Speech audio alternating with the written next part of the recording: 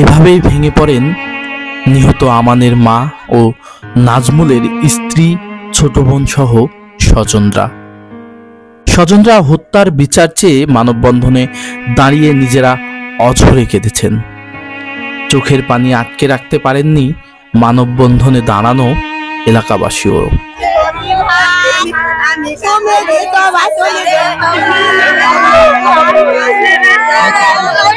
শুক্রবার 31শে অক্টোবর পদ্মার চরে সন্ত্রাসী কাকন বাহিনীর গুলিতে নিহত আহতের পরিবার ও এলাকাবাসীর ব্যানারে উপজেলার গড়গড়ি ইউনিয়নের খানপুর বাজারে এই মানববন্ধন অনুষ্ঠিত হয়। এতে আমান মণ্ডল, নাজমুল মণ্ডলকে গুলি করে হত্যাসহ মুমতাজ মণ্ডল ও রাকিব হোসেনকে আহত করার প্রতিবাদ এবং দোষীদের বিচার দাবিতে বিভিন্ন শ্রেণী পেশার নারী পুরুষ অংশ নেন। এতে 48 ঘন্টার মধ্যে আসামিদের গ্রেপ্তার করা না হলে কঠোর কর্মসূচির ঘোষণা দিয়েছেন তারা। ভাই গেছে মাঠে, আমার চাচা পারিছে, আমার ভাই গুলি করেছে, আমার দুইটি ভাই হত্যা করেছে, আমার বোনও গুলি খায় মেডিকেলে আছে। আমরা সব সময় জানি ওইসব লোকের ফাঁসি চাই। রাহিন আর সাগর দিনে দুই পরে সবসময় গুলি করে বেড়ায়। আমার ভাই খেয়ে কাটছিল, আমার ভাই কোনো মারি ফেল দিছে, আমার ভাই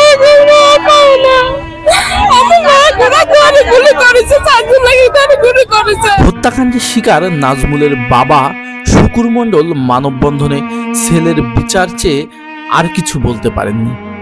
হাউমাউ করে কেঁদে ফেলেন তিনি।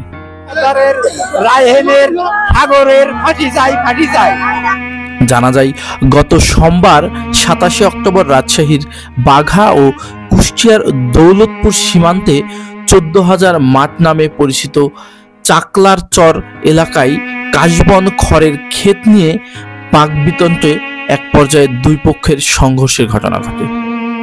গুলিবিদ্ধ হয়ে গুরুতর আহত হন রাজশাহীর বাঘা উপজেলার নিজখানপুর গ্রামের মিনহাজ মণ্ডলের ছেলে আমান মণ্ডল, শুকুর মণ্ডলের ছেলে নাজমুল মণ্ডল, চাঁদ মণ্ডলের ছেলে মুমতাজ মণ্ডল ও আশরাফ মণ্ডলের ছেলে রাকিব হোসেন।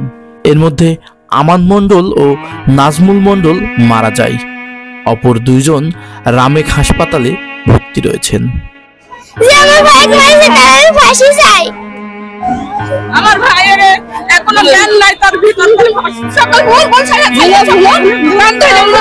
এই ঘটনায় বাহিনীর প্রধান দৌলতপুর থানার মাঝদিয়ার বৈরাগীর চরের জমির উদ্দিন মাস্টারের ছেলে হাসানুজ্জামান ওরফে কাকন ইঞ্জিনিয়ারকে প্রধান আসামি করে 22 জনের নাম উল্লেখ সহ অজ্ঞাত 20 থেকে 30 জনকে আসামি করে নিহত আমান মণ্ডলের বাবা মিনহাজ মণ্ডল বাদী হয়ে কুষ্টিয়ার দৌলতপুর থানায় হত্যা মামলা দায়ের করেন।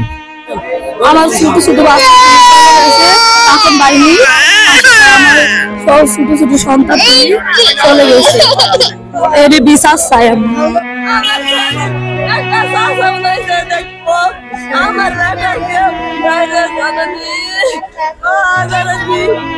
দৌলতপুর থানার officer in charge OC Sulaiman Sheikh জানান, হত্যার ঘটনায় একটি মামলা হয়েছে। মিনহাজ মণ্ডল বাদী হয়ে 22 জনের নামে নাম উল্লেখ করে অজ্ঞাত 20 থেকে 30 জনকে আসামি করে মামলাটি দায়ের করেছেন। আসামি গ্রেপ্তার অভিযান অব্যাহত রয়েছেন বলে জানান তিনি। সুব্রত কুমার, বাঘা নিউজ 24, বাঘা, রাজশাহী।